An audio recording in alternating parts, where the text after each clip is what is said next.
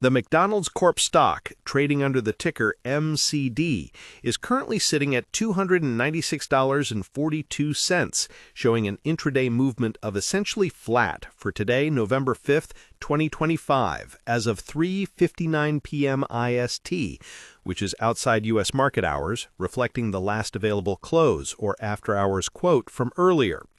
The real surprise in this seemingly placid movement, however, is the volume, specifically the significant churn we saw yesterday and the day before, following their most recent earnings release, which landed just today, November 5th, if we look at some reports that indicated an earnings release date of November 5th, or the prior day's trading reaction to the recent reports. Let's operate on the most current news we have, which is that the stock is grappling with its Q3 2025 results. The surface-level expectation for a classic defensive consumer stock like McDonald's is that it simply delivers consistent, if unexciting, performance, providing ballast in an otherwise volatile market. Investors assume that no matter the economy, people still need cheap food, making MCD a predictable dividend aristocrat, a staple for those utilizing services like Schwab Intelligent Portfolios or a standard individual brokerage account. The expectation is steady, reliable growth driven by their massive scale and consistent value proposition. The reality, which is now creating a friction point in the stock's current price action, is that McDonald's missed its earnings per share estimates, even though worldwide comparable sales slightly exceeded the consensus expectation. This is not the clean, predictable beat-and-raise scenario that the market has grown accustomed to from the Golden Arches. The crucial insight here is the split narrative. Sales are doing better than feared, demonstrating incredible brand and value proposition resilience, yet the actual profit hitting the bottom line is disappointing. This signals a deepening margin pressure that is more intense than investors had priced in, largely due to higher costs, both in commodities like beef and in wages, which is a key macroeconomic pressure. The market is supposed to be celebrating the sales beat, but it's punishing the margin miss, suggesting that the value part of their value proposition is now cutting into profitability more aggressively than expected. This forces us to rethink the safe haven thesis for McDonald's stock. It's no longer immune to the inflation-driven squeeze impacting the entire consumer sector. The stock is behaving less like an impenetrable fortress of predictability and more like a cyclical restaurant chain fighting a fierce cost battle, a realization that is dampening the bullish sentiment. Let's look closer at the daily swings and trading volumes. We saw an immediate, sharp reaction yesterday and into today's pre-market activity, where the stock dipped on the EPS miss. While the price might have stabilized now, the high trading volume around these levels suggests significant institutional activity. There's a clear divergence. Certain institutional players, likely those focused on deep value and dividends, are holding the line, viewing this as a temporary cost issue that management will eventually navigate, while growth-focused or momentum hedge funds are trimming positions, alarmed by the deceleration in profit growth. The narrative that sales growth is being driven by heavy discounting, specifically the rollout of value-focused initiatives like a $5 meal deal in the U.S., is a double-edged sword that the market is currently wrestling with. Yes, it's a brilliant defensive move to capture price-sensitive consumers, especially those in the lower and middle-income cohorts who are demonstrably pulling back spending elsewhere. But it simultaneously acts as a drag on restaurant operating margins, the very thing that is now stressing the EPS figure.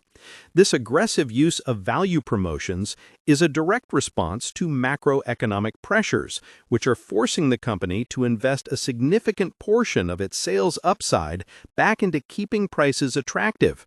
This dynamic is what has kept the stock price range-bound between roughly $290 and $310 for much of the last few quarters, unable to decisively break out to new highs, even as the broader S&P 500 or even sector peers in other defensive industries found higher footing. For those investing through platforms like Fidelity or using the Fidelity mobile app to track their holdings, this volatility around the earnings call would have been a significant point of concern, even if the net movement over a week is minimal.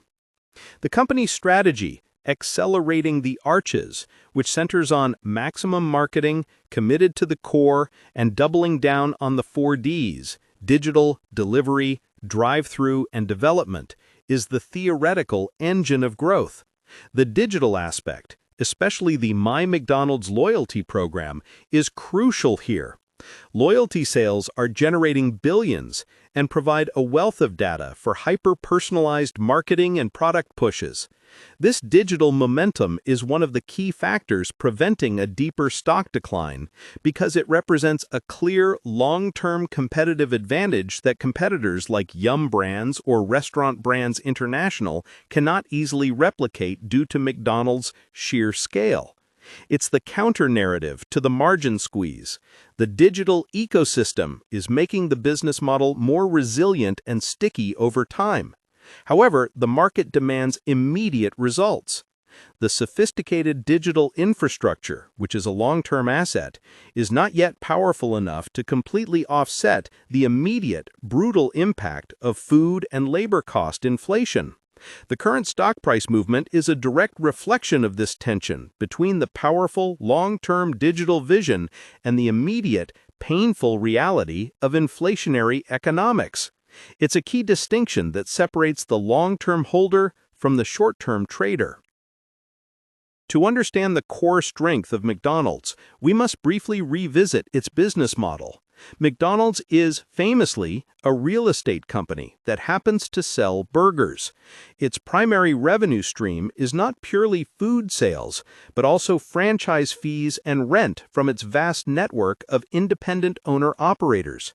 The company owns or leases the land and building for the vast majority of its franchised restaurants, collecting rent payments that provide stable, high-margin cash flow, a true bedrock for any investment portfolio, and a major reason why it's often included in index-tracking Fidelity ETFs.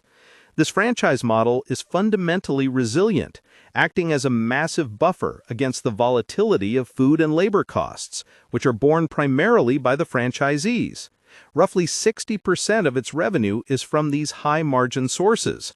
The current issue, the margin compression, primarily hits the revenue from company-operated stores which they directly manage and the overall system sales growth from which the royalty fees are derived.